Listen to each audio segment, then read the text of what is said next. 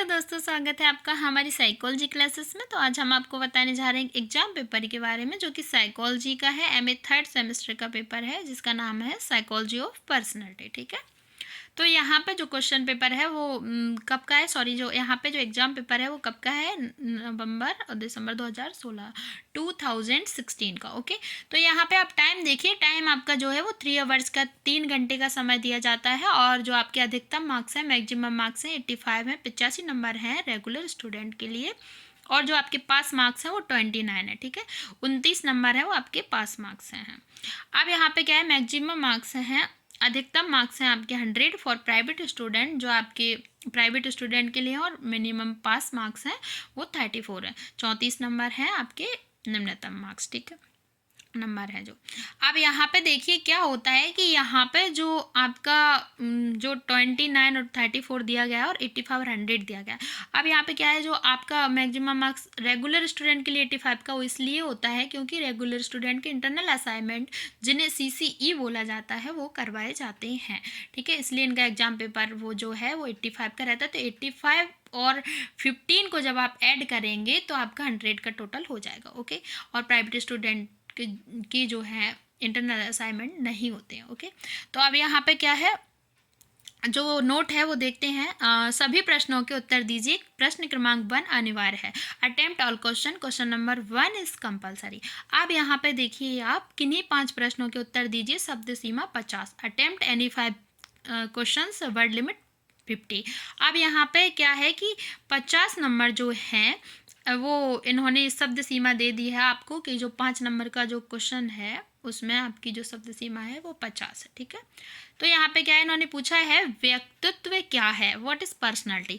तो यहाँ पे इन्होंने जो आपको दिख रहा है कि 5 और ऑब्लिक करके 6 है, तो 5 और ऑब्लिक 6 का मतलब ये है कि जो ये आपका क्वेश्चन नंबर 1 है, जो व्यक्तित्व क्या है, ये वाला जो क्वेश्चन है वो 5 नंबर का एक क्वेश्चन है आपका। ये शॉर्ट आंसर टाइप क्वेश्चन है, जिसको लघु उत्तरीय प्रश्न बोलते हैं। ठीक है, 5 नंबर का किसके लिए है, रेगुलर स्टूडेंट के लिए, और जो प्राइवेट स्टूडेंट है उनके लिए 6 नंबर का है। ठीक है, क्लियर। अब देखते हैं यहाँ पे जो दूसरा क्वेश्चन है, वो व्यक्तित्व में सामाजिक कारकों की भूमिका स्पष्ट कीजिए। तो यहाँ पे देखिए, clarify the role of social factors in personality. ठीक है, नेक्स्ट क्वेश्चन देखते हैं। नेक्स्ट क्वेश्चन क्या है, तो नेक्स्ट क्वेश्चन जो है, अचेतन के प्रत्यय को समझाइए। ठीक है, इसके बाद जो नेक्स्ट क्वेश्चन है वो है, हीनता और श्रेष्ठता ग्रंथि से क्या आशय है। ठीक है, इसके बाद जो नेक्स्ट क्वेश्चन है वो है, एरिक्सन के सिद्धांत का संक्षेप में मूल्यांकन कीजिए, है ना। इसके बाद जो नेक्स्ट क्वेश्चन है आपका, नेक्स्ट क्वेश्चन क्या है, कॉरेन हॉर्नी के मूल चिंता प्रत्यय को समझाइए। ठीक है, अब फिर इसके बाद आपका नेक्स्ट क्वेश्चन है वो है, वेंडोरा के सिद्धांत का मूल्यांकन कीजिए।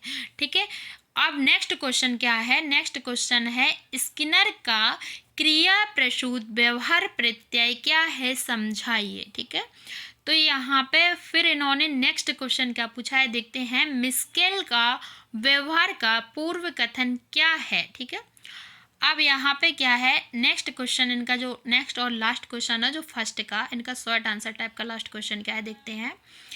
10 नंबर का क्वेश्चन है, सेलिगमैन के व्यक्तित्व सिद्धांत का मूल्यांकन कीजिए। ठीक है, तो evaluate the personality theory of Seligman. ठीक है,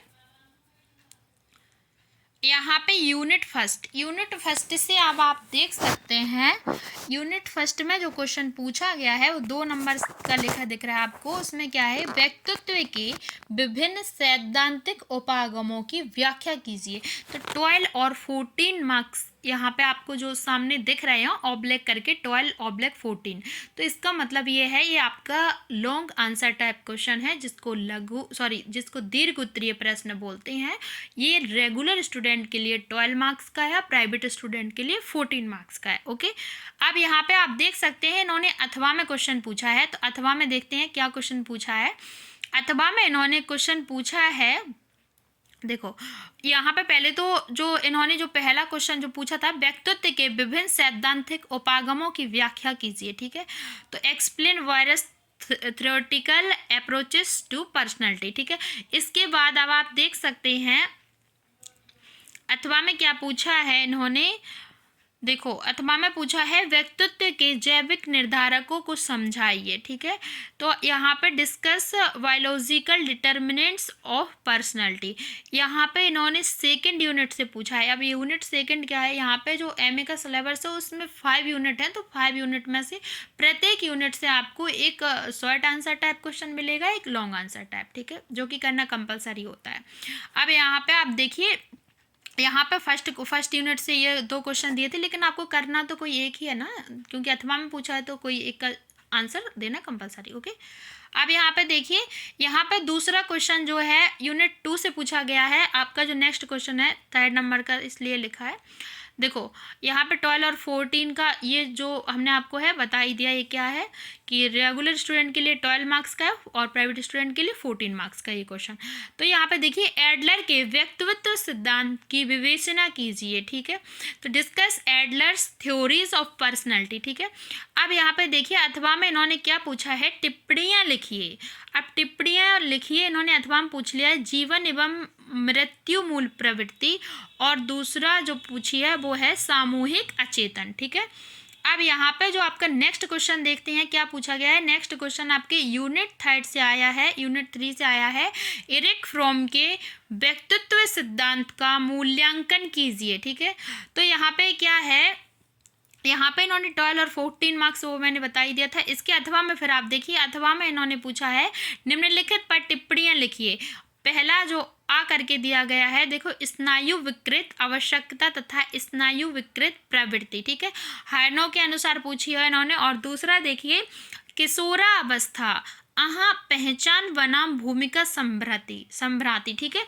तो यहाँ पे इन्होंने ये वाला पूछ लिया, तो अथवा में इन दोनों का मतलब यह किसी एक क्वेश्चन का आंसर देना आपका कंपलसरी है, ठीक है, किसी एक क्वेश्चन का आंसर देना कंपलसरी है। अब यहाँ पे देखिए, जो देखो यहाँ पे आप देख सकते हैं, देखो यहाँ पे जो ये वाला क्वेश्चन पूछा गया था, इसके अथवा में पूछा गया था, इसका जो हिंदी मीन्स है और ये वाला इंग्लिश में यहाँ पे लिखा हुआ है, ठीक है, आप देख सकते हैं। अब आप यूनिट 5 जो है यूनिट 4 जो है, यूनिट 4 में हम आपको बताते हैं, यूनिट 4 में जो क्वेश्चन पूछा गया है वो पूछा गया है अल्बर्ट वेंडोरा के व्यक्तित्व सिद्धांत को विस्तार से समझाइए, ठीक है। तो अब अल्बर्ट वेंडोरा के व्यक्तित्व सिद्धांत को विस्तार से समझाइए, ठीक है। तो explain Albert Bandura's theory of personality. अथवा में क्या पूछा गया है, अथवा में देखते हैं। अथवा में पूछा है इन्होंने टिप्पणियाँ लिखिए। पहला जो है अंधविश्वास व्यवहार, दूसरा है आत्मनियंत्रण का व्यवहार, ठीक है। तो यहाँ पे अब आप देखते हैं कि यूनिट 5 से कौन सा क्वेश्चन पूछा गया है, देखते हैं, ठीक है। यूनिट 5 से देखते हैं। यूनिट 5 से जो क्वेश्चन है वो पूछा गया है मिस्केल के व्यक्तित्व सिद्धांत की व्याख्या कीजिए। तो ये जो क्वेश्चन है ये इस एग्जाम पेपर का लास्ट क्वेश्चन है। इसके अथवा में एक और पूछा गया है और लॉन्ग आंसर टाइप क्वेश्चन है, ठीक है ना। तो यहाँ पे मिस्केल के व्यक्तित्व सिद्धांत की व्याख्या कीजिए, explain the personality theories of Mischel, ठीक है, मिस्केल। अब यहाँ पे देखिए अथवा में क्या दिया गया है, अथवा में पूछा गया है इन्होंने व्यक्तित्व के डॉलर्ड तथा मिलर के सिद्धांत को समझाइए, ठीक है। तो यहाँ पर discuss the personality theory of Dollard and Miller. अब यहाँ पे ये जो क्वेश्चन थे ये इस एग्जाम पेपर के लास्ट क्वेश्चन थे, ठीक है। आई होप आप सभी को समझ में आ गया होगा। अब मिलते हैं नेक्स्ट वीडियो में नेक्स्ट एग्जाम पेपर के साथ। तब तक के लिए thank you so much. Video को लाइक करें और चैनल को सब्सक्राइब करें, वीडियो को शेयर ज़रूर करें। Thank you so much.